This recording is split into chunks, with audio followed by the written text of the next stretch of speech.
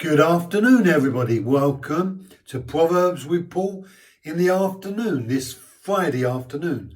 A bit chilly, but nice and bright. And who knows, we may have a great weekend. Proverbs chapter 8, verse 11. For wisdom is better than jewels, and all desirable things cannot compare with her.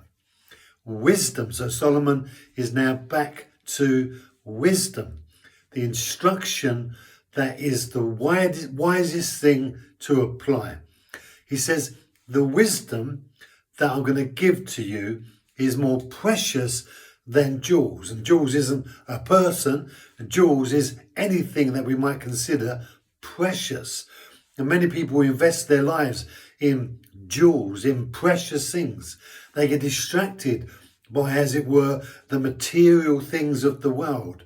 A fast car, a wonderful diamond ring, a wonderful boat for the ocean, or great big houses and homes to live in, or the next great large TV set.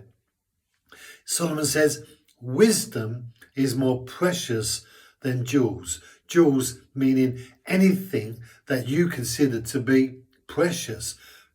Wisdom is more precious than the things that you consider to be precious. They're more costly, in effect, worth more in essence than any desirable thing.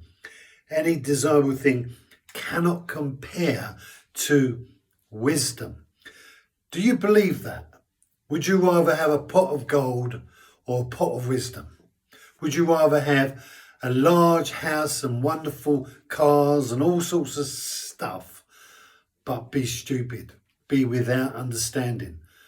Solomon is saying that I've had all of these things, and it had everything that any man would ever consider having in terms of self-pleasure. And yet he comes to the conclusion that even though he's had everything he had doesn't compare to wisdom. So he knows, because he's been through the journey. Most of us are only guessing. Most of us are thinking, well, I wouldn't mind this and I wouldn't mind that. But he has had all of that, and yet he still comes to the same conclusion that wisdom is more precious than jewels, more costly than anything else that we might consider worth something. Until we get that and understand that and believe that and rely on that and insist on that as a perspective for life, we will constantly be persuaded to buy into the next idea, the next fad, the next inspiration, the next thing that some human being invents and tells us that we need to have.